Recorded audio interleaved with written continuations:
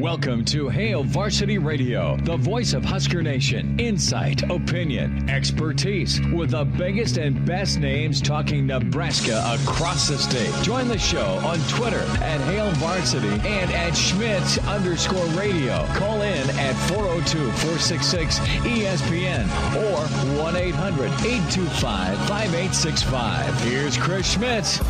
Welcome to it. Great to be with you on a Tuesday. It's Hail Varsity Radio, presented by the Nebraska Lottery. Chris Schmidt, Elijah Herbal back at it. We were off yesterday. Hope you enjoyed the College World Series. I know Elijah did. You went up to see Ole Miss. I didn't. I ended up missing out on seeing. I made it up to Omaha, but I did not make it to a game. Couldn't get in? No, just chose not to. We went up, my umpiring got done a little late on Saturday and went up there and would have made it in for like the third inning. Did you sneak out last night? No, I was watching my Avs last night, which was a disappointing. Should have went to baseball. Yeah, I should have gone to go see baseball. What a performance it was by the Rebs last night. Tim Elko hit a bomb. Gotta love the mustache. So Junior and his crew went up last night to the CWS. We finally made it back from Colorado, and long and short, I got pulled over, man. I got pulled over somewhere between Ogallala and Kearney. It was dark, and we're zooming along 84, 85-ish, and you're in the passing lane, and then you're in the right-hand lane, and then you move left to pass. Well, Mr. Old State Trooper was sitting there going about 64 miles per hour, and I'm coming up behind him. Like, oh, how's this going to go? So I'm like behind him. I'm kind of tailgating him, and then I go around, and then that's when he hits me and pulls me over. And Junior's in the back seat going, oh, you're so screwed. He's got a mustache. So State Patrolman Roberts took mercy on me on Father's Day, thankfully, and just gave me a stern talking to about reaction time and darkness and just how fast I was going. Well, I tell you what, I was out on I-80 for driving out to baseball this weekend, and I could not believe how many speed traps I saw. I mean, yeah. I spent a total of like an hour and a half each, or hour and a half both ways, like combined, 45 minutes each way on the interstate. And that day I saw 3 speed traps, which I didn't. That's not very long on the interstate. It's a small stretch of road, and I went there and back, and 3 speed traps, 2 going out and 1 coming back, each in the different lanes. And I was just, they probably are trying to get that College World Series traffic, trying to get their money. Well, I think if you're headed west, those people headed back home from the College World Series this weekend. Because where did you up? Waverly or Seward? I was out in York. York. Okay, strike 3. Out in York. Well, think about it, dude. I mean, the truck traffic from Lincoln to York is, you're just locked in. Oh, it's brutal. And then you finally get around the 18-wheelers, and you just put the hammer down, and oops, here's 12 over in a 7, in the 75 mile per hour zone. So that's what I thought was funny was whenever I went past the speed traps, every single time I was like 10 under the speed limit because I was like surrounded by big rigs. I said, "Joke's on you, coppers." Well, the thing too is, had we purchased gummies, we didn't. They would have been my wives. It would have been the scene from Dumb and Dumber where the salt hits sea bass. And Lloyd's character's pointing at Harry and then turning around, pointing the finger, Those are hers, officer. I knew nothing about them. I don't know. She bought them for our German Shepherd. That's I think, her story. Let me know where to bail her out. Enjoy. So, no, we got back. Congrats to Remax Southwest. You're 4-0. You are top of the Rockies champs. Enjoyed a really good ball game Saturday. Rockies, Padres. Thought about going to the Avs. It was a 7-0 touchdown shutout by your Avs, Elijah. But it was incredible. Good time. Great experience. Lots of fun. Numbers to dial up, 466-3776, 466-3776, 800-825-5865. Dan tweets in a picture of Super Trooper, as a gift from the Super Troopers flick. 1, I believe. I haven't seen 2. But it's jokes on you, haha, with the mustached, one of the many mustached patrolmen. Numbers to get in, email the show, chris@hailvarsity.com, and find and follow us on Twitter @Schmidt_radio or at Herbal Essence. College World Series in full swing, couple of elimination games going on. You have nightcap tonight at 6. Notre Dame is trailing Arkansas. At last check, 5-0. We have Gronk news. We have Deshaun Watson news. We have Ndamukong Suh news. Where's he going to end up? And we'll spend some time with Mitch Sherman. Really good state of the program on the Gophers.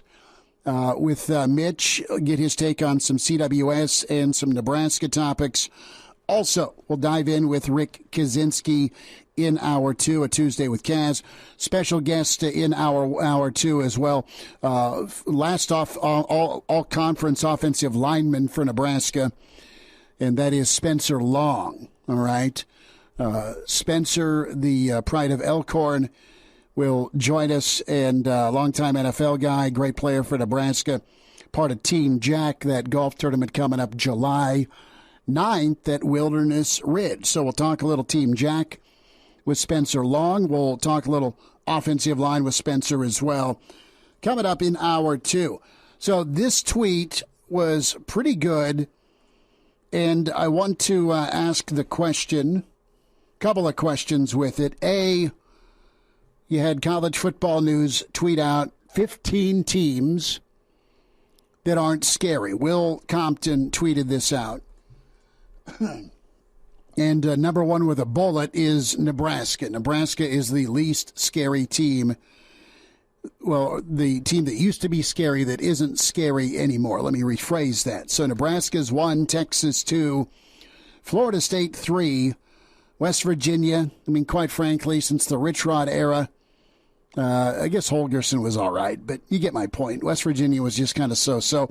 SC's been down. They're in at 5. 6 is Tennessee, 7 the U, 8 is Penn State, 9 Washington, 10 Auburn, Florida 11, 12 is Stanford, 13 Virginia Tech, 14 Syracuse, 15 Louisville. So here's my take. I think Stanford belongs in at number 1 of past conference champs, of past top 5 or top 10 teams. They are number 1 to me because they've just been down. It's not that they won't beat you up or hurt you. They're good on the lines of scrimmage, but they just aren't as good, and they just don't win games anymore. They just don't bludgeon you. They were legendary at winning at Oregon or winning in Palo Alto against Oregon. They were the one team that could slow Oregon down and hold Oregon to about 20, and they'd win 24-21 or 17-14 or do something crazy like that. They're good for a win. They'd out-physical USC. They've been really pretty good against SC more times than not. But Stanford's just been kind of a mess. They've been 4-8, 5-7, and I never really feared Stanford because of the crowd size. But as far as lines of scrimmage, they were always really, really good. They just haven't been as great as they once were. So if we're just reconfiguring these rankings, I mean, Nebraska has been down for so long that I don't, maybe from a name brand standpoint, them in Texas and Miami and Florida State and Penn State and Tennessee and Auburn and SC, yeah, those are your 5 or 6 blue bloods that aren't scary anymore, and that's just an opinion. I think as far as waking up the giant, I think SC is about to get good again. I think Penn State's just a quarterback away because they're good on the lines of scrimmage. I think Miami finally has the right coach with the right mentality. Tennessee will just be patient, whoever they get in there. Tennessee can recruit, and they're in a great recruiting area. I think Florida could be really good again. Maybe they got the right hire this time. But with Nebraska, what made Nebraska scary to you in a good way? As a Nebraska fan, what made Nebraska scary? And Elijah, I just think of a couple of things. I think of the Nebraska toughness. They always had the really good Nebraska teams, and even the good to okay Nebraska teams. Well, they never backed down, and they never got physically beat up. Nebraska got beat or blown out Why was it? Well, it was because you got out-athleted, right? Did Wisconsin run for 7,000 yards in the Big Ten title game up the middle? No. They went outside, right? They didn't just line up and get 4 yards per play. They got 40 per run. But it wasn't a thing where Nebraska just didn't have a mentality or an intensity on the lines of scrimmage. Either way, they could run the football on you. Nebraska, what made Nebraska scary was how physical they were, how you'd never really kill them. You might beat them, but they wouldn't shrivel up. And then, two, the depth and waves of talent that Nebraska threw at you. I think that's fair to say with Miami. Not only did they have really tough dudes, but they also had great players that had that toughness. And to me, I think Nebraska's getting back to that toughness on the lines of scrimmage. I think they had a lot of toughness under Bo. We'll talk to Spencer Long about this, but I don't know. When you think of Nebraska, what made them scary to you? You and I are quite a bit different in age. Or did you ever look at Nebraska scary? I think you look at Sue. Hell yeah, he was scary. If I'm an opposing player trying to block him. Well, I mean, I think you're missing a big aspect here, and that's the home field advantage that Nebraska has had for 40-plus years now. The environment. The environment of Memorial Stadium has made them scary. I mean, how many games did they lose at home back in the 90s? I don't know off the top of my head. You might, but it's a very small number. They lost 3 games from 1990 through 1998. They lost to Washington, they lost to Colorado, they lost to Texas. This is what I'm saying. Nebraska's home field advantage always made them scary, and I think that is still a scary aspect of Husker football. People still would much rather play Nebraska at home than on the road because of what Memorial Stadium brings, and I feel like that's been the number one scare factor of my lifetime from this Husker football program, at least for other programs across the country, is you have to go to Lincoln and play in Memorial Stadium in front of 90,000 screaming fans, and people can say all they want about, the home field advantage isn't what it used to be. There's too many people that are sitting in their hands in Memorial Stadium. The teams haven't made them. There's not been that much to cheer about. Not been cheered about. I think the fans are still great, brother. I get you're right on the intimidation factor of Memorial Stadium. It's there, but it needs to be woken back up. And that again, that's not a shot at the fans that go. You need to have something to cheer about, and too many times, all too often, you left brokenhearted. Think about how off the hook Michigan was. Yeah, and then compare that to last year's Purdue game. Well, you not off the hook. Well, you throw 4 picks, or you have 4 turnovers, and you're going to be just like, oh God, here we go again. That was the muttering, cleaning it up for radio, as you walked back to the Graduate. I mean. But it's still what happened. I go to other schools around the country and go to different stadiums, and Nebraska still far surpasses them. When you and I were both in Norman last year, and I think we can agree that Nebraska's home field advantage was much better than what Oklahoma had in Norman. Great fans there. I had a great time down in Norman. Oklahoma fans were going, what the hell's going on? We might lose this. They were shocked, too. I've been to Wisconsin. Nebraska's got a better home field advantage than Wisconsin, better than Iowa. I mean, I haven't been to a stadium around the country where I'll go, yeah, this place might have a better home field than Nebraska. Not one. You've been to other places than me, but Texas hasn't done it for me. Boulder is always just. I mean, that's difficult to navigate in if you're wearing red. I've always heard things about Kyle Field and College Station. I think that's fair. I think that place is probably top 3 scary environment, because it's 100,000+ and they're on top of you and they're cheerleaders and they're going nuts all the time. Yeah, I think LSU at night's probably a difference maker. Those two, and if you can go back in time to a Black Friday game in the snow and the cold or the sleet and the rain against Colorado. I mean, it was, and you go back to the Miami game in 2014. It can be an elite level for Nebraska. It just hasn't been in a while because the team struggled and found ways to lose. So is Nebraska could get scary again. And I think Will Compton put it best, bulletin board material, for this batch of Huskers. But first things first, go take care of Iowa. This graphic originally from Mike Farrell. I mean, of course, Sports Illustrated. Yeah, it's been a. I said College Football News. I was wrong. No, you got to put Nebraska first because that's how you're going to get the attention. That's how you're going to get the clicks. I mean, it's something we've talked about with Bill Dolman. I feel like over the past couple of months is, you're going to get Nebraska at the top of these lists because Husker fans will click on it. People will see Nebraska at the top and they'll want to look into it. But I don't think Nebraska deserves to be at the top of this list by any means. I mean, look at Louisville. When was Louisville ever that scary? No, they've had good teams. They've had good teams, but were they scary good? Right. I think if I'm picking combination of team and venue. I don't want to go play at Penn State at night because of the whiteout and the 100,000 plus. I think playing at the old Miami Stadium, the old Orange Bowl, it was called the Graveyard for a reason. That was really tough. Florida used to be unbeatable. The Swamp, yeah. under Spurrier at the Swamp. I mean, they were there. Washington can get super loud. I mean, Washington used to. Whenever Nebraska had a lot of home and homes against Washington, but off the water there on top of the way the stadium's set up, I mean, your eardrums would burst as loud as Husky Stadium got. But we're going on 30 years when they were really killing it. So Nebraska, not a scary team anymore. The top used to be scary, but isn't anymore. Per Mike Farrell, what made Nebraska scary? As a Husker fan to you in a good way, where you knew they'd figure it out. We'll check in with Mitch Sherman on the way. More College World Series thoughts from him and some Husker news as well.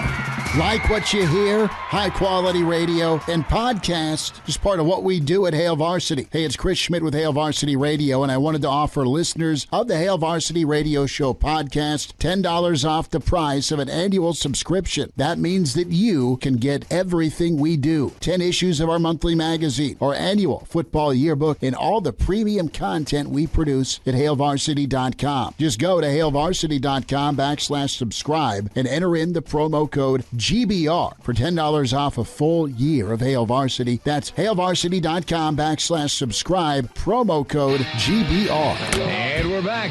Fellas, think we could listen to the radio lesson? On Hail Varsity Radio, presented by the Nebraska Lottery. Yes! That's awesome! Thanks for hanging out. Hail Varsity Radio back with you, presented by the Nebraska Lottery. We say hi to Mitch Sherman from The Athletic, at Mitch Sherman on Twitter. Started off talking about teams that aren't scary anymore per Sports Illustrated and their college football list. Nebraska comes in at number one. Greg sends an email in, Chris at HailVarsity.com. Greg in Michigan says the baddest and loudest place for football, period, is the Horseshoe. Mitch, before we dive into some CWS and your excellent work on Minnesota football, what's the craziest environment you've covered, road environment, to see Nebraska visit? For a Nebraska visit, Yes. Immediately Texas A&M comes to mind. Okay. But I think a lot of that has to do with the type of game that I saw at Texas A&M. It was the game would have been 06. I think we're talking about like Maurice Purify catching a fade in the back of the end zone from Zach Taylor. If I'm not mistaken. Yep. Yeah. And so that was down to the wire, crazy game, and it was super intimidating environment. The press box swaying. But Wisconsin can be like that. Iowa can be like that, especially if you're there at night, which Nebraska never is. So that doesn't really count. That's not really an answer to your question about to see Nebraska play. But I've been lots of places where Nebraska wasn't playing, like LSU and Florida State. That can be super intimidating. So, but for a Nebraska road game that I've been at, I would say either Wisconsin or Texas A&M. Very fair. Never been to A&M, but I've just heard incredible things about that atmosphere, and you're right that finish was something else to clinch the West. clinch the North. I'm getting my divisions confused. There is no such thing. When do we have a Big 12 West? I think maybe there was, but I can't. My divisionology is You're good. going over sensory overload here. You're good. Mitch, we also had Brennan chime in on Twitter and say Lane Stadium, Virginia Tech with Inner Sandman. Did you make that trip out in 2007? Mm-hmm. Sure did, yeah. Absolutely. That place was rocking. And that was another one of those games where it went down to the wire. And that was Virginia Tech just pulling it out at the end with some craziness. So that place was absolutely rocking from Inner Sandman at the beginning all the way up to the last play. I would say that's a good submission. I don't know that I would put it ahead of necessarily of the two that I mentioned.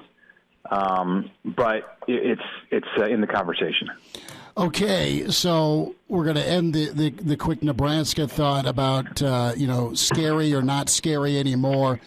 What was it that made Nebraska scary, in your opinion, for so many other teams for so many years? The players?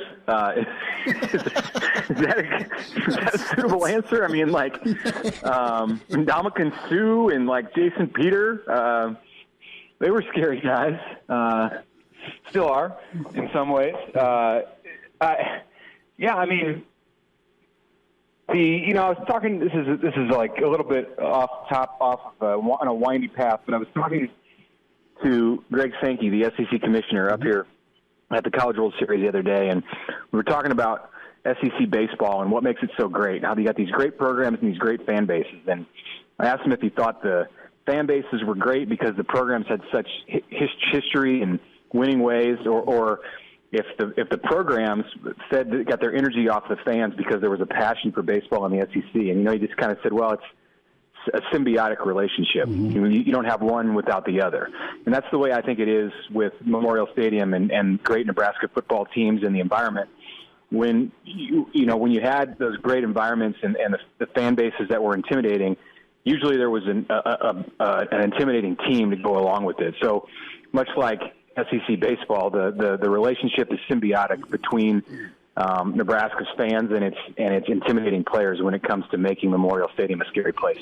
Mitch, let's go to the CWS and thoughts on Ole Miss right now. And I know Auburn stayed alive, and right now I don't have the score up right now, but Notre Dame was in trouble. But so far, so good for the CWS. Full seats, lots of happy fans, and the SEC's been flexing for sure. Yeah, I can look over my shoulder here and see that A&M is up 5-1 in the bottom of the ninth. So we're about to be down to like almost all SEC representation. I count Oklahoma as like a half of an SEC team. So, and Texas, the Horns are gone. Texas and Stanford being the first two eliminated, I know broke a lot of hearts. You talk about athletic departments flush with resources, and they got to Omaha, so that's a credit. But the first out, and it speaks to the strength of this field. Stanford had never gone 0-2 in 17 previous trips to the College World Series. In Texas, I think it was the third time, or maybe the fourth time in like 38 or 39 visits. So these teams are just overflowing with tradition, and they were the first to leave, and now it appears that Notre Dame is going to be on the way out. So that's an athletic department that has really every advantage that it could ever need. SEC is dominating the day, and you see it with Texas A&M this afternoon.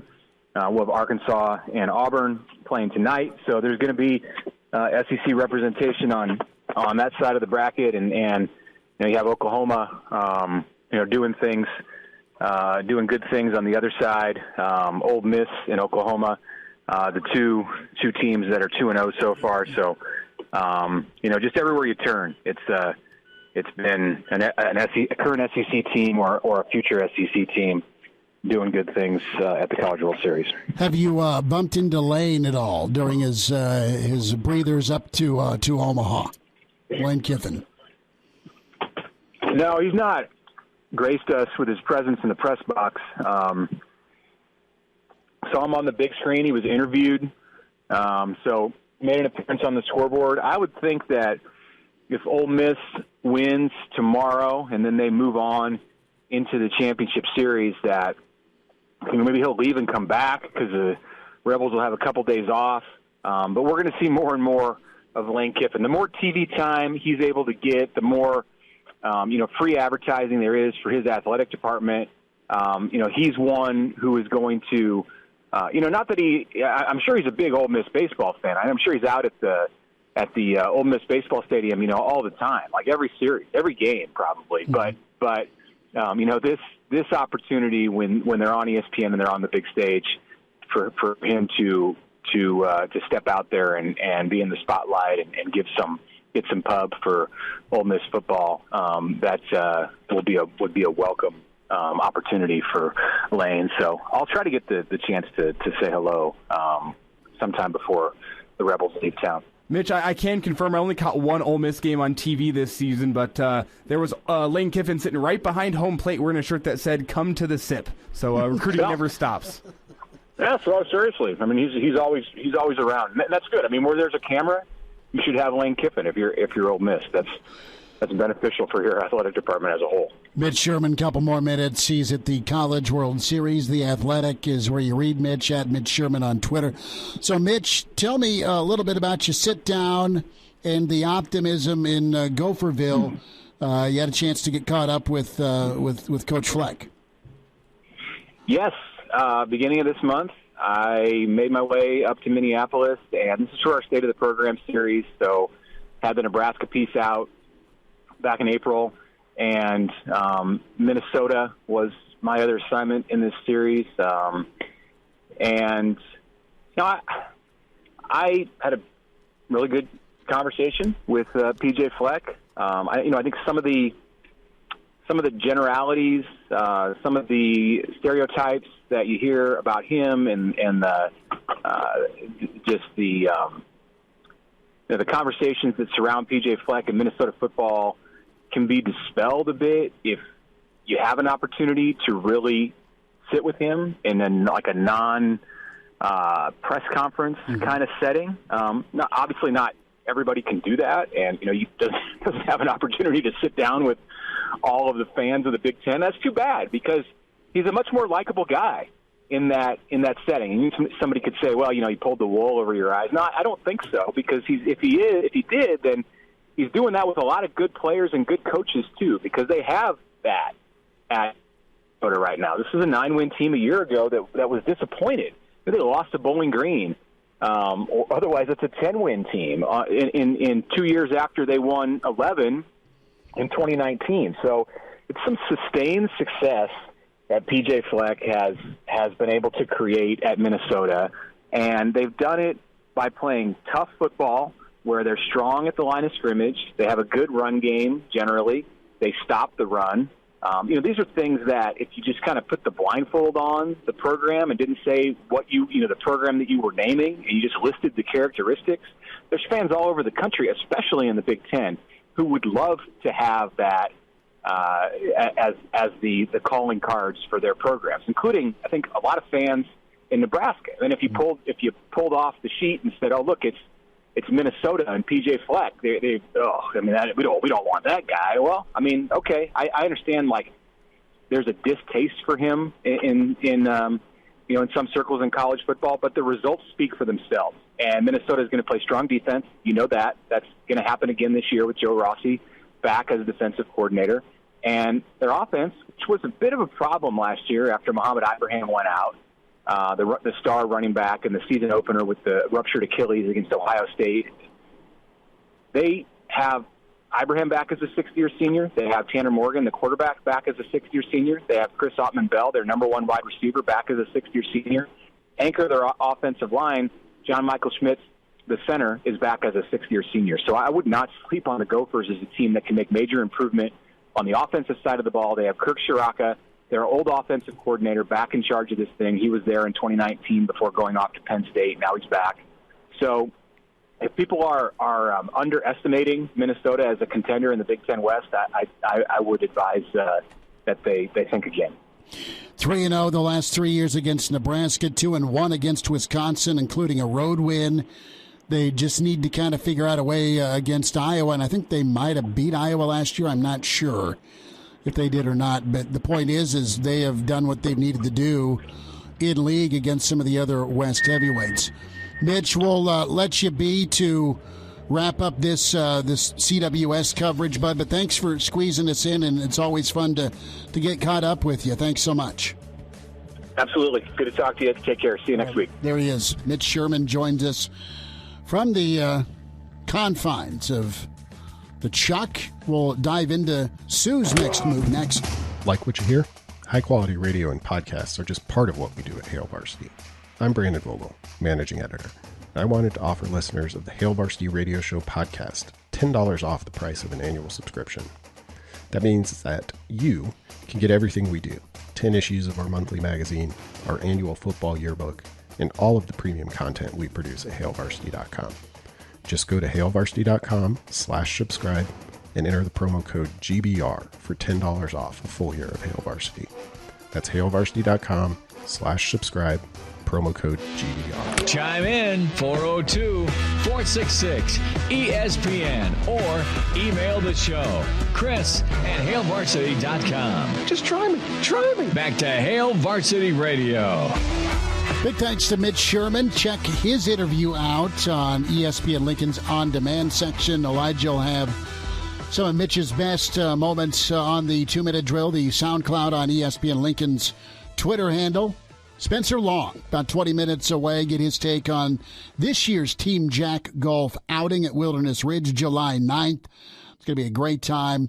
And just some O-line thoughts from Spencer moving forward. And Rick Kaczenski also with this next hour, Tuesday, with Kaz. Numbers to get in, 466-377-6800, 825-5865. Pretty cool to hear Mitch's take on some of those crazy environments that turned into great games. The environment and in the moment helping kind of raise the level of some venues. Of course, Blacksburg in 2009. That was a rough one for Nebraska, but it was cool for those that were there. The Enter Sandman entry. Ohio State's always been a monster snake pit because Nebraska, for a lot of times, early on in the Big Ten anyway, played there at night against Ohio State when both teams were ranked, and that didn't go so well for Nebraska. You fast forward A&M and the Zach Tomo ball game was super impressive, but overall A&M can get livid. Just think of the scene last year as they hit the field goal to beat Bama at the end of regulation, 41-38. That was a 4-4 football team at that time, so it's pretty good. And Memorial Stadium, man, you get some difference makers at like a Sue or a Peter or a Frazier, or pick an offensive standout, right? A running back that can take over a ball game, Roy Halou, right? There's been a lot of Roy and Amir on Twitter recently, which is really cool. Those guys were difference makers behind really good offensive lines. Yeah, and it's kind of crazy when you think about what Nebraska had in back-to-back running backs, from Halou to Rex Burkhead to Amir Abdullah. Those three back-to-back. I don't think I realized at the time, I was just a kid, but I don't think I realized how special that 6-7 year stretch was. And it was normal. It was pretty normal to go from LP to Amon to D'Angelo Evans before he got hurt and left. I mean, you had some dudes. You had some really, really good dudes that Nebraska recruited, and then they were just stacked at that position. We'll see if it turns back into that for Nebraska on the offensive line. And it'll be fun to talk to Spencer about that, right? Because, I mean, Spencer was blocking for all those dudes that when Nebraska was vying for conference championships. NFL thoughts.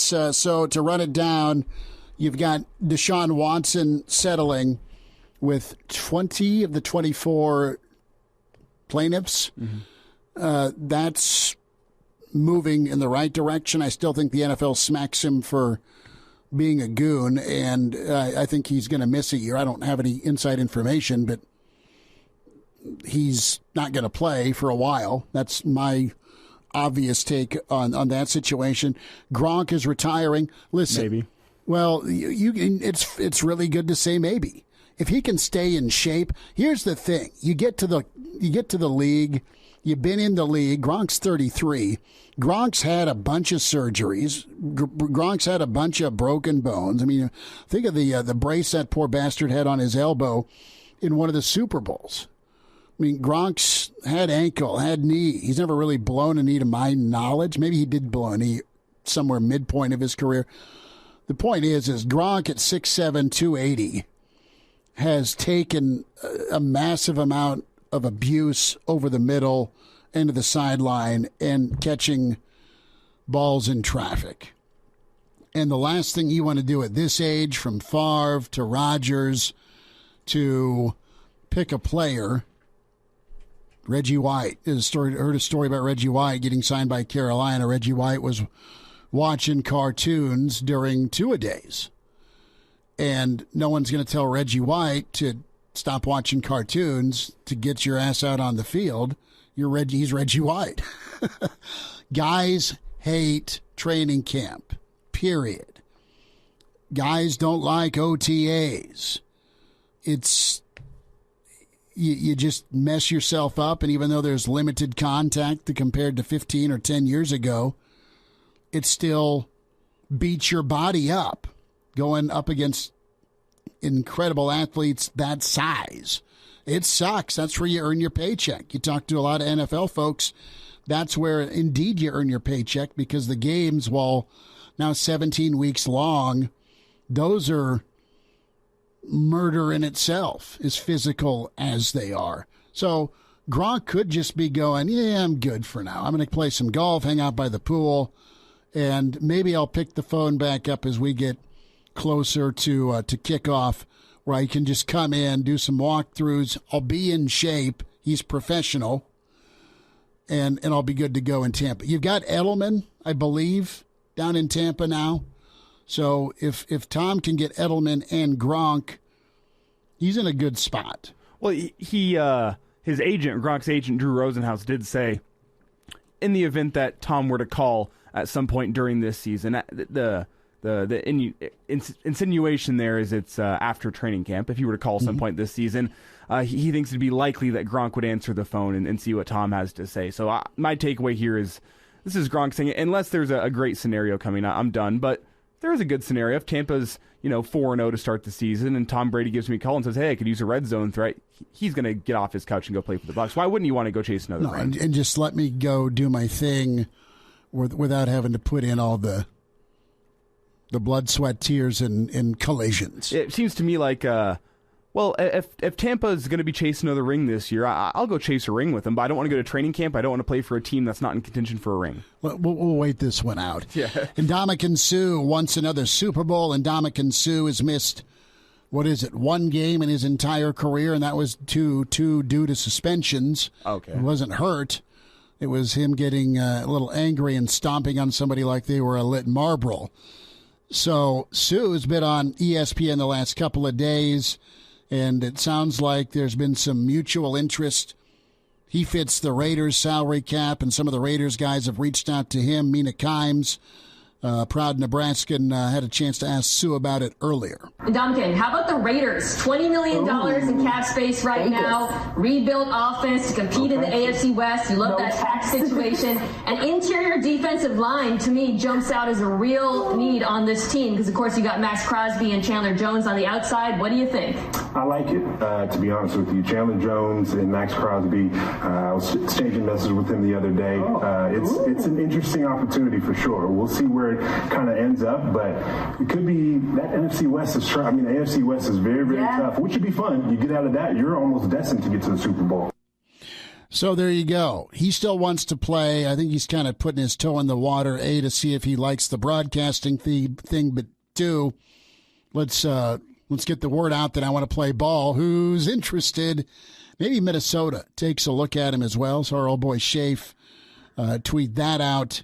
I'd love to see him go to Denver. Denver does a 4-3 or a 3-4. 3-4. 3-4. Well, he's played in both. He's typically been a 4-3 guy, but he did the 3-4. Well, and Denver also has a new coaching staff in here, so who knows what they'll end up doing. He did a 3-4 with the Rams.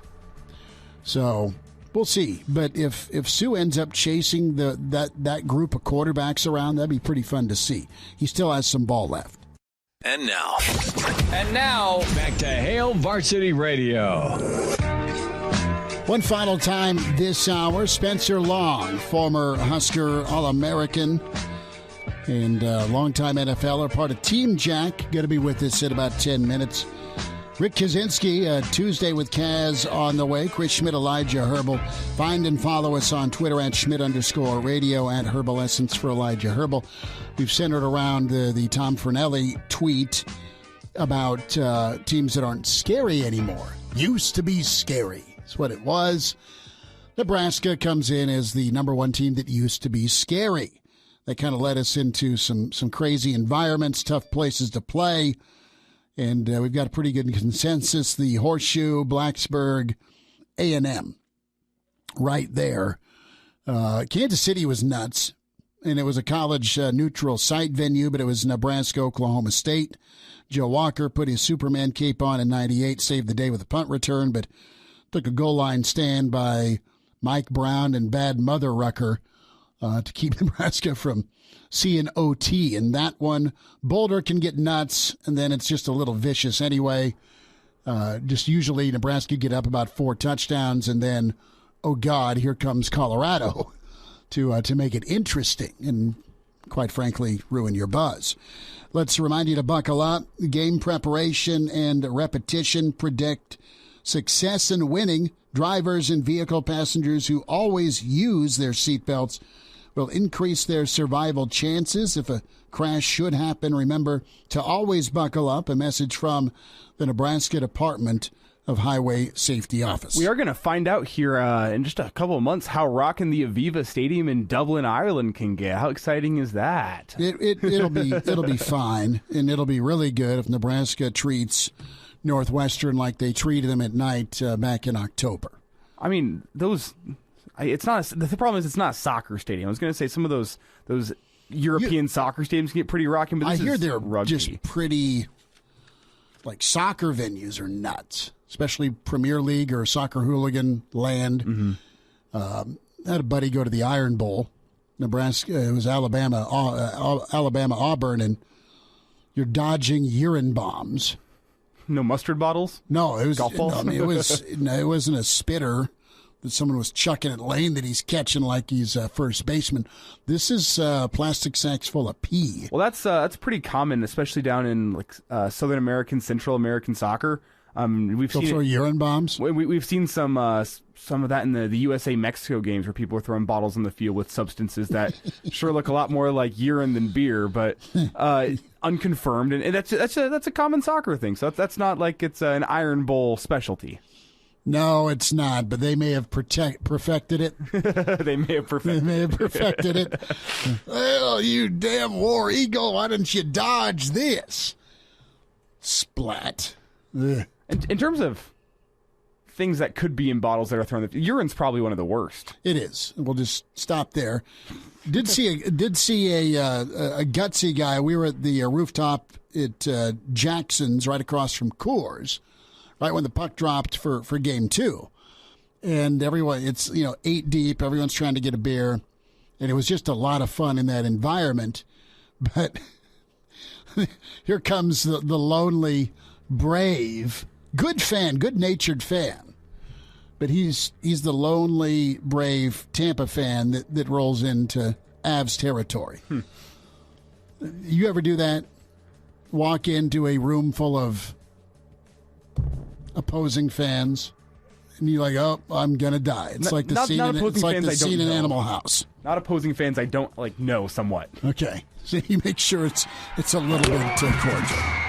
Hello, listener. Hey, it's Chris Schmidt with Hail Varsity Radio, and I wanted to let you know about a special deal just for listeners of the Hail Varsity Radio Show podcast. We're offering $10 off the annual subscription price. That means that you can get everything we do. 10 issues of our monthly magazine, our annual football yearbook, and all the premium content we produce at HailVarsity.com. Just go to HailVarsity.com/subscribe and enter in the promo code GBR for $10 off a full year of Hail Varsity. That's hailvarsity.com/subscribe, promo code GBR. Welcome to Hail Varsity Radio, the voice of Husker Nation. Insight, opinion, expertise, with the biggest and best names talking Nebraska across the state. Join the show on Twitter at Hail Varsity and at Schmitz_radio. Call in at 402-466-ESPN or 1-800-825-5865. Here's Chris Schmitz.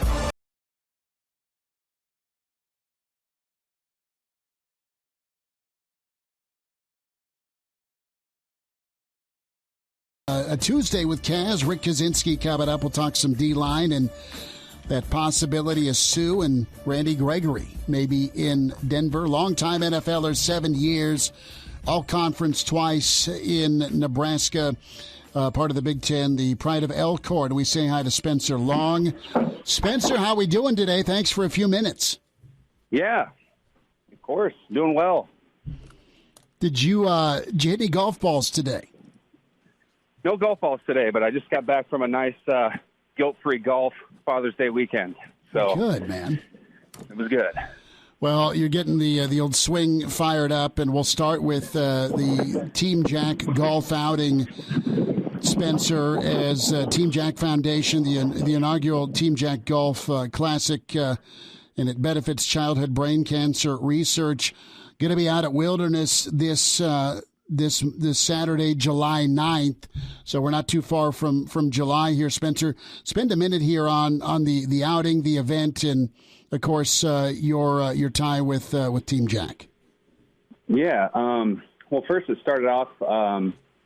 They've been kind of wanting to do a golf tournament for a while now, and I know we all know the tragic passing of Andy Hoffman, Jack's father, and so that kind of put everything on hold. But it's been in plans for a little bit. Try to get a golf event going because there's a lot of people involved in the organization that enjoy that, and so we just got to talking this spring, and it's like, well, we got to start somewhere, so let's see if we can get something off the ground this year, and really trying to make this a yearly, really special event, and it's gonna be really fun. It's a single Saturday with shamble teams, and it'll be a lot of fun. There's a lot of former Huskers going to be there. Some good opportunities for corporate sponsorships and single sponsorships. So I do these all the time, and the format's great. The setup's great.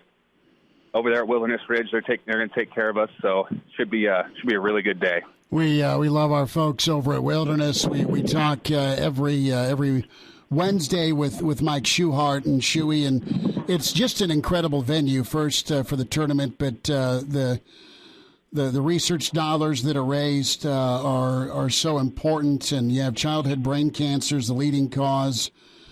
Cancer cause of death in children in the U.S., less than 4% of the National Cancer Institute's research investment spent on childhood cancer. That means even less is spent on childhood brain cancer. So Husker Nation, the Husker alumni, going to get together and raise some money and have some fun doing it. When it comes to golf, can log on teamjackgolf.org. We have a phone number for you as well. We'll tell you about in a little bit. You can dial up. But Spencer, to go back to your involvement, and you've been a part of Team Jack and the gala, and also just you've spent a lot of your time and energy to help with Team Jack, which is incredible.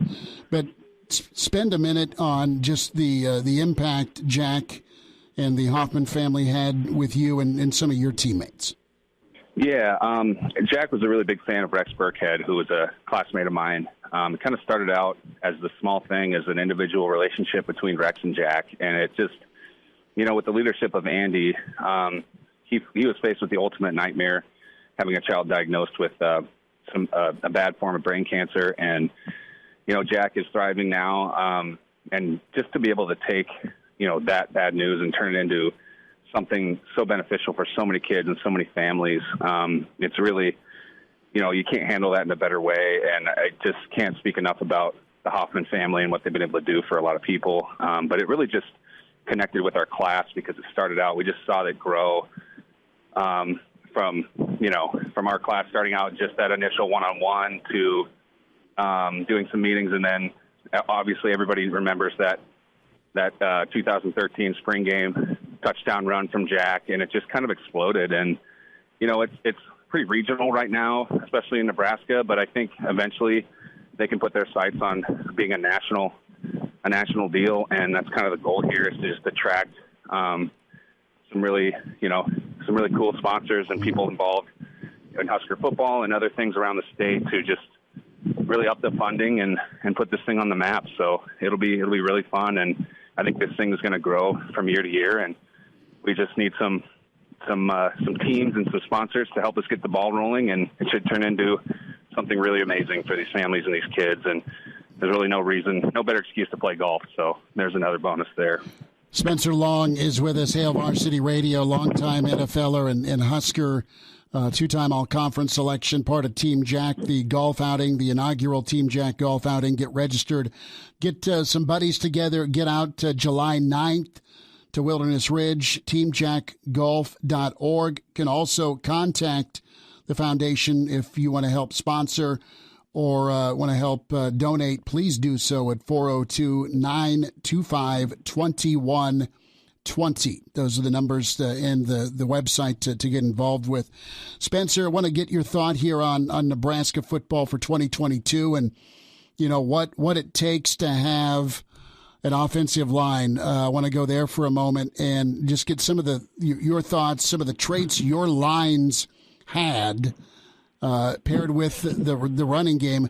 I always thought you guys were super physical, and you were transitioning from a Big 12 to a Big 10, and offensively it didn't seem like you guys missed a beat too often, being able to kind of pound the football.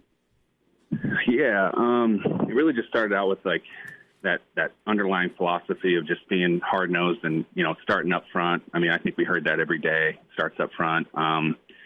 We put a lot on us, and we wanted to, because, if we can pound and move the line of scrimmage, I think, that opens up everything else in the offense, and it also gives our defense a break, and it's just good for everybody. So we really took that to heart and took responsibility as an offensive line to really put, a lot of stuff on our backs and get things going. And, it didn't always work perfect, but I think we had a bunch of guys that cared about each other, mainly, in Nebraska, just as well as I do, Schmitty, that it's a fishbowl, and there can be a lot of pressure, especially on these kids this year. And if there's any current players listening or anybody that wants to hear a football player's perspective, it's just really about it's playing to win. You need to play to win and not to, play not to lose. And sometimes that can get grayed up here in Nebraska.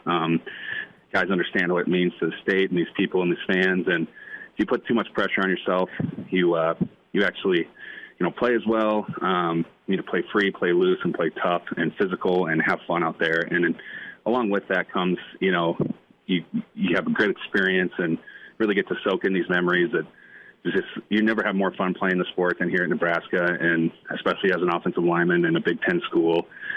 We're known for offensive linemen, and we need to get back to that. And just, I think that those guys realize that, need to come together and care about each other and just work as a unit and take personal pride in it, and also take the pressure off themselves and just play ball. They'll start to see some really positive results. And I think that's kind of what it takes. And regardless of what the philosophy is offensively, you take with it. You take what you know how to do best and roll with it. So that's kind of the formula. And we not only took that into games, you take that into practice every day. So that was the mentality for us. Spencer, you have some guys that have played a lot of football that are going to be options for Nebraska's offensive line and Coach Raiola. You have some guys that have been in the program a while, but either due to injury or for whatever reason haven't played as much, but they're going to be penciled in, right? It's not ink, but penciled. How long did it take you to get comfortable, and what's a reality for offensive line play in the Big Ten? Because it seems like the teams that have done well have not only the experience, but guys that are closer to that retirement versus they're just started shaving. I mean, the old offensive lines typically win. Yeah. I think it was really a stepwise process for me. Starting out as a walk-on, it really helped me zoom in and stay focused on the next goal. If you look and zoom out and you have these, grand goals are great, obviously in the grand scheme when you zoom out, but, you really got to set little goals and little process steps for yourself. And when I first walked on to Nebraska, I was like, all right, let's just compete. Let's see how we do. And I want to show these guys that I can compete with them. And then it went from, okay, I know I can compete with them. Now I know I can compete at a very high level. Now, and then it just builds upon itself. And really, if you take that stepwise process, especially as an offensive lineman, because a lot of kids coming out of high school, need some time to develop, not only athletically and mentally, but, physically as well. Me included. I was 250, soaking wet as a freshman, as a defensive end, moved to D tackle. John Garrison was a GA at the time, who eventually was the offensive line coach. Saw some potential in me as an offensive lineman, flipped me over, and then 60 pounds later, I was all Big Ten, and then people started talking about the NFL, which I, to be honest, had never thought about. But that's just kind of how it works. And then, once you get that far, then you're like, all right, this is possible. And then the next thing's possible. And then starting in the NFL is possible. So it just kind of goes like that. And it's that, the key is really just to not lose faith along the way, and just have confidence in yourself that you can compete with these guys, and then you come together and find some synergy as a unit and take pride in it and go from there. Spencer Long's with us, two-time Husker All-Conference performer, 7-year NFL vet, and he's part of Team Jack, the inaugural Team Jack golf outing, Saturday, July 9th. Get signed up, get a team in. All funds raised go to help the Team Jack Foundation in their battle against childhood brain cancer. TeamJackGolf.org or 402-925-2120s, which you can dial up and give some of your time, some of your energy, some of your finances to help this battle against childhood pediatric cancer. Spencer, we'll leave with this, and thanks for the time today. It's wonderful to catch up again. On to the NFL. You drafted third round. You moved from guard to center. You did an amazing job in Washington and with the Jets and also the Bills. We were talking training camp in lieu of Gronk's retirement. Elijah and I aren't so sure that Gronk will stay out. How brutal was training camp? Can you put into words? Was it just rugged, or was it something that was easy to navigate through? It's something that you get used to. It takes a few days, but you really, that it's coming. It's daunting when you're out of it, but once you're in it, like I said, it's just going back to that stepwise process and really simplifying it, making sure you're doing the day-to-day. But, it's also, looking back, it's a really good time, and it might be difficult, but those are the types of situations that create those bonds, those lifelong bonds with your teammates, and you got to go through something truly difficult with your teammates to create that, and that's camp. You really figure out who you are as an offense and as a offensive line and as a team.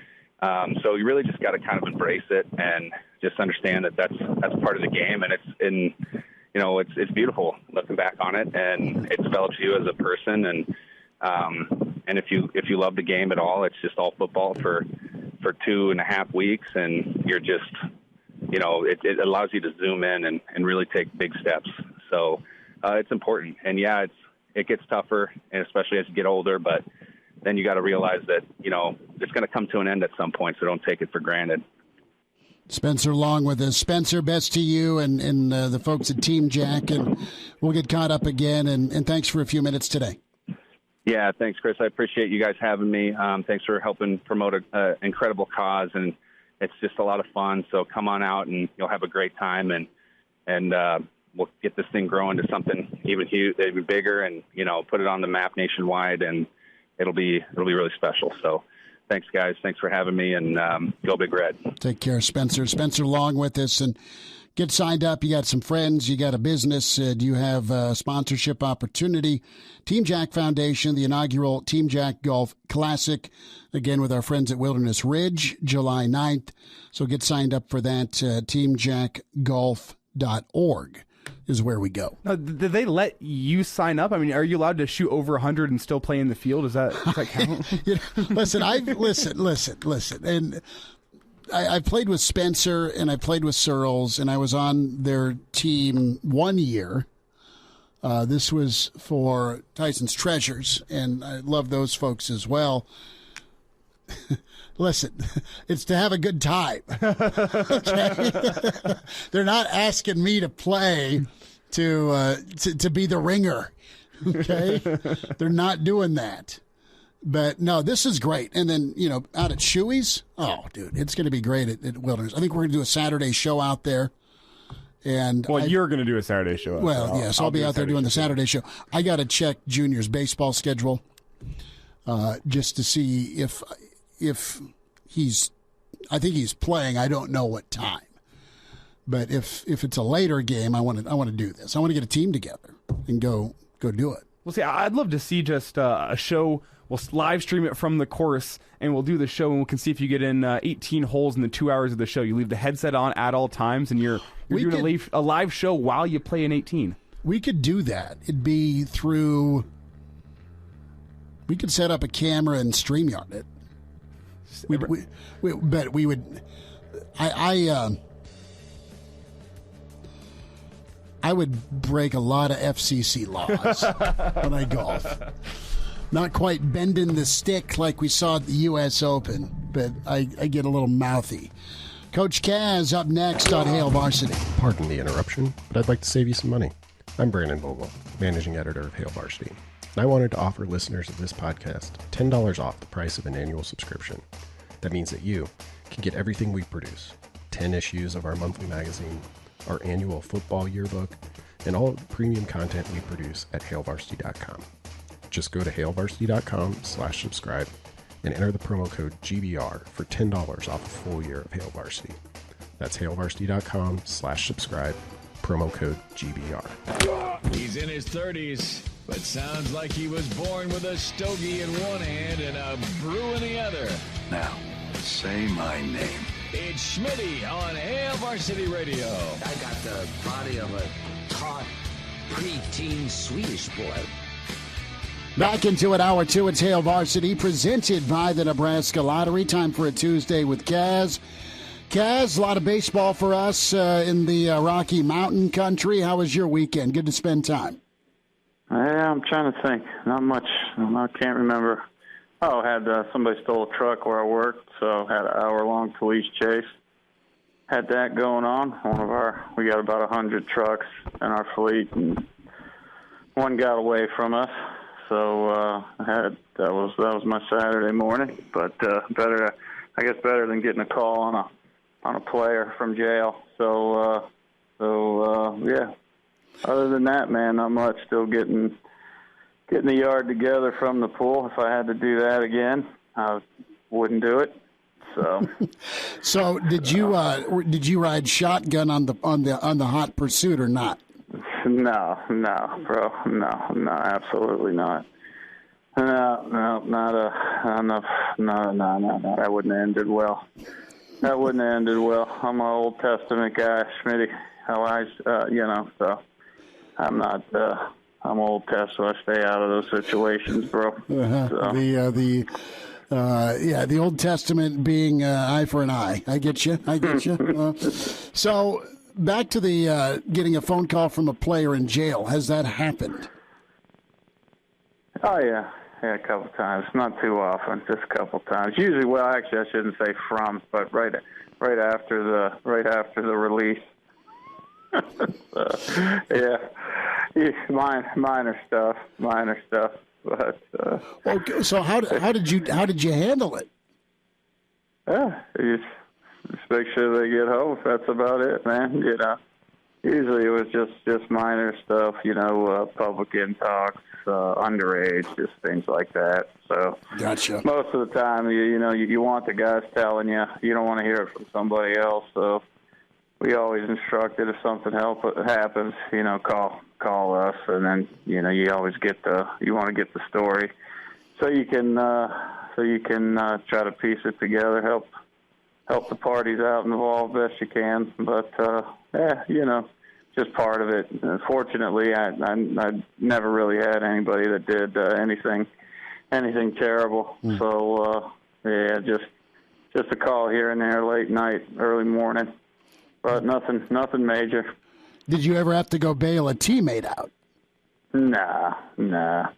I don't think there was cops back in the mid-'90s. I don't think there was cops in South Bend or Lincoln, Nebraska. So, Rick Kaczenski's with us, Hail Varsity Radio. Well, Kaz, College Football News put out a opinion tweet. I think it's been about a week ago, but I wanted to share it with you. 15 teams that aren't scary anymore. Leading in at number 1 is Nebraska. Texas 2, Florida State 3. Going down the list, West Virginia, SC. That might change with Lincoln Riley, Tennessee, and the U. Penn State at 8. Auburn finishes out the top 10. Any objections to the rankings here? Yeah, well, first of all, you sent me. I don't have Twitter, but you sent me that tweet, so I saw the teams on there. I mean, I disagree with.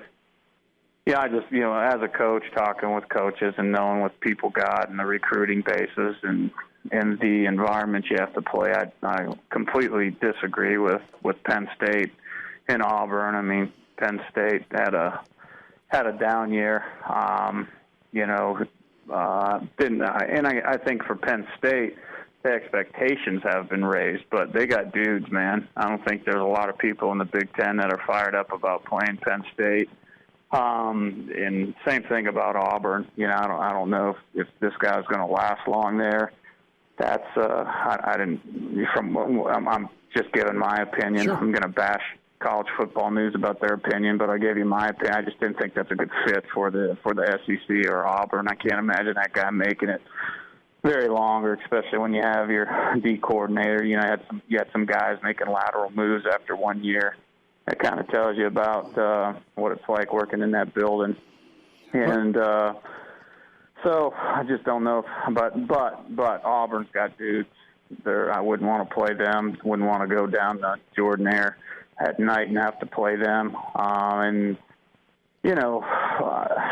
guess, Nebraska. I think when you look at those top, you look at Nebraska, you look at USC, Texas, and who you have, Florida State. And you know what I'd say? Well, I think they're ranked so high because they were a tough out for so long. So that's why it's easy to take those shots and put them high. But I mean, really, after that, I'm trying to think of when Florida's on there. That'll be a tough out here pretty soon. They got dudes. They'll get that thing right. But yeah, I'm trying to remember when. What was it? Syracuse was scary, and who else was on there? Virginia Tech, and Louisville. Yeah, that was a tough place. Tech will be, man. I don't get that one. I just don't get that one. But same thing, at Blacksburg, that's a tough place to play. But they were a place. That was a place to be feared and a team to be feared for a long time.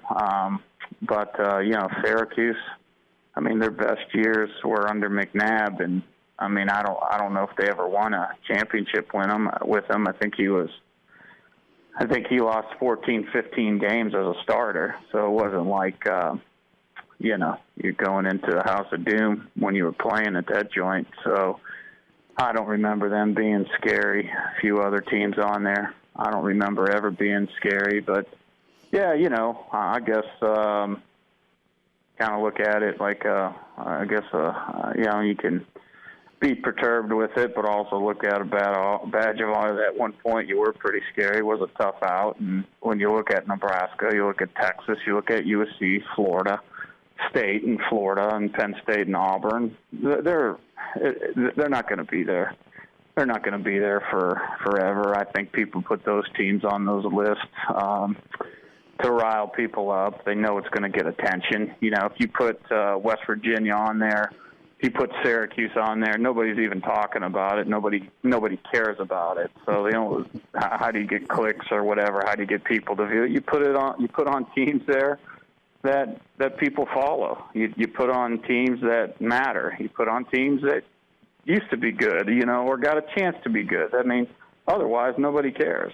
And so at Stanford, they average about 1,600 people a game out there. That's not a football place. They had and let's be honest, when was Stanford scary to play? Same thing, maybe a 5-6 year run. Mm-hmm. But I mean, it's not like Stanford is this blue blood football program. No, a lot of years since Harbaugh and Andrew Luck were killing it. Yeah. I got to ask you, they had a couple good years with Shaw there. When smoked Iowa in that Rose Bowl. I mean, they had some. They were physical. I mean, they had some good teams. But fear. I mean, nobody. I talk to people. I mean, you go back in playing in Lincoln in the 90s and the 80s and 90s. I mean, there's coaches, there's guys I know. I mean, Coach Ford. I know coaches that coached back against Nebraska in the 80s, and I mean, they were. Nebraska was a tough out. People didn't like playing Nebraska, man. Got to ask you, what's the craziest environment you've been a part of, either as a player or a coach, for an atmosphere? What was super difficult? Ohio State. Okay. Ohio State it's by far the loudest stadium. I mean, I've been in Louisiana State. Every SEC stadium. Texas will put you to sleep, so that's a tough one to play at. But as far as like crowd, and environment, and on top of you, Ohio State that place was brutal. As a player and coach, you can't communicate. And I'm playing center. I can't hear the quarterback, man. And it's just they're on top of you. It's loud from the time you get there, and it's loud from the time you get out. It's an intimidating place. It's always packed, and any time you go play at a place like that, it is intimidating, man. You think about the history, about the guys that played on the field, and then you look across and see what the dudes they're playing with. It's a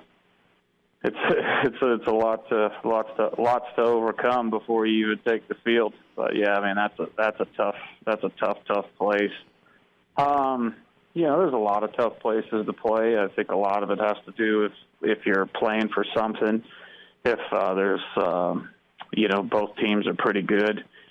And I think that has a lot to go into it. And I know, like for me as a player, Boston College was one of the tougher places. I think it held at the time about 45,000 people. It's a giant square or giant rectangle and aluminum bleachers, and they're Jesuits. You can't trust those Jesuit cats. I'm just kidding. But, they hate Notre Dame. And, you're playing for something, Catholic school versus Catholic school. So, the place is packed. And, that was always, man, that was a really, really tough place to play at Notre Dame. I think if you ask Syracuse or somebody else or North Carolina State, they'll tell you something different. But, a lot of places that I never thought Michigan was a tough place to play. I didn't think Texas was a tough place to play. Really Ohio State. There's Michigan State. Iowa's a really loud joint. But Nebraska, that environment for the Miami game in 2014. That's probably the top environment that I was ever in, with the crowd, at night. Student section was rocking. That place was it was on fire that night. So, right up there, man. More with Kaz, a Tuesday with Kaz. Hail Varsity continues, presented by the Nebraska Lottery. Like what you hear? High-quality radio and podcast is part of what we do at Hail Varsity. Hey, it's Chris Schmidt with Hail Varsity Radio, and I wanted to offer listeners of the Hail Varsity Radio Show podcast $10 off the price of an annual subscription. That means that you can get everything we do. 10 issues of our monthly magazine, our annual football yearbook, and all the premium content we produce at HailVarsity.com. Just go to HailVarsity.com/subscribe and enter in the promo code GBR for $10 off a full year of Hail Varsity. That's HailVarsity.com/subscribe, promo code GBR. And now, back to Hail Varsity Radio. Rick Kaczenski is with us, few minutes, Hail Varsity Radio, Tuesday with Kaz. So, Sue's been on ESPN talking some NFL the last couple of days. And there's some cap room for Sue. He still wants to play ball. So I'm here in Oakland. Check that. Vegas, the Raiders, maybe the Vikings. What would a tandem of Randy Gregory and Ndamukong Suh do for Denver? What would that be like? Well, anytime you got two guys that garner that much attention, you're going to run out of guys to block them. So there's going to be a lot of snaps where you're going to have to handle those guys one-on-one, which is tough for an offensive coordinator, tough for an offensive line coach. You're going to have to. Those are two guys you have to game plan for. And obviously that the NFL is the best of the best. There's a lot of great college football players, but rarely are there individuals that you actually have to change kind of what you do. You have to put guys in certain spaces and get guys help. And that takes you away from what you want to do. That takes you away from formations. It takes you away from calls. And it takes you as a play caller out of your comfort zone. You put those two guys. I mean, Suh, he's a 3-down guy. And that's rare in the league now. It's a pass rushing league, but people still try to run the football, and there's a lot of great pass rushers that can't play the run or don't play the run up there. And then same thing for Randy. When I always talk to people about Randy, I think just because of the way his body was, and he was so linear and so athletic that people never gave him the credit that he did, how well he played against the run. They just assumed he wasn't good because he was tall and because he was lanky and he was just he. Let me tell you, that dude was a 3-down guy in the Big Ten. Some of his best plays came in the run game. There was a play he made against Michigan State at their place in 2014 on I think it was either a 3rd and 1 or a 4th and 1. It gave us the ball back. I mean, it was one of the best plays that I've ever seen a college football player play, and he's playing a 6 technique, which is a really difficult technique to play as a defensive end. And and go back that Northwestern game. I mean, that gave us a chance to win the football game. He made a play on the goal line, ran it down from behind. I mean, he beat 2 blocks, and when you have two guys like that can play all 3 downs, but then on 3rd down, when you have a guy like Randy and a guy like Suh with their pass rushing ability, you run out of guys. So in order to get the ball downfield, in order to be successful offensively, you're going to have your guys block those guys one-on-one. And I'll take my chances if I'm hedging wagers. I'm going to take I'm going to take Suh and Gregory over anybody in the NFL on multiple one-on-one situations during the course of a game. Kaz, obviously having 2 guys like that is such a premium, but when you look at Nebraska over the past couple of years, they've struggled to even find one guy to be a guy that offenses have to circle, have to game plan around. And when you look at guys on this year's roster like Garrett Nelson, Ty Robinson, O'Shawn Mathis, there's a chance that one of those guys could step up and be a guy that offenses have to game plan for. So how important is it to have just one of those guys on a defense? Yeah, I mean, you got to. The thing is, you have one guy, but you better have some good players around them too, all right? Because you can neutralize one guy. You can figure some things out to take one guy out of a game. That's why it's critical about who you're playing, who you're recruiting, who you got across from that guy, who's that guy playing next to, what type of guys do you have playing behind them. But I also think that it's just critical that the guys that they're playing next to and the guys that are behind them, understand the defense and how you fit and what you're doing with those. There was a lot of times that we did things with Randy that basically the guy next to him or the guy, on the other side of him was a sacrificial lamb to set it up to let Randy do the work, to figure out ways to put Randy in one-on-one situations. We game planned more probably than offenses did because we had to assume this is what they're going to do.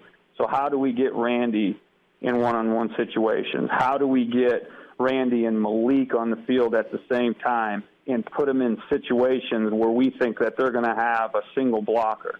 And then, if they do get double-teamed or if they do chip with the back or keep a tight end in, Vincent's got to make a play. We feel confident with him. But, Nebraska should have those guys, right? Now, Garrett playing off the ball, it's all on how guys fit. If he's playing in the alley, there's things that you can do to neutralize those guys. They're not necessarily an impact on every single down when you have a guy like Randy that has his hand in the dirt in a defensive end position.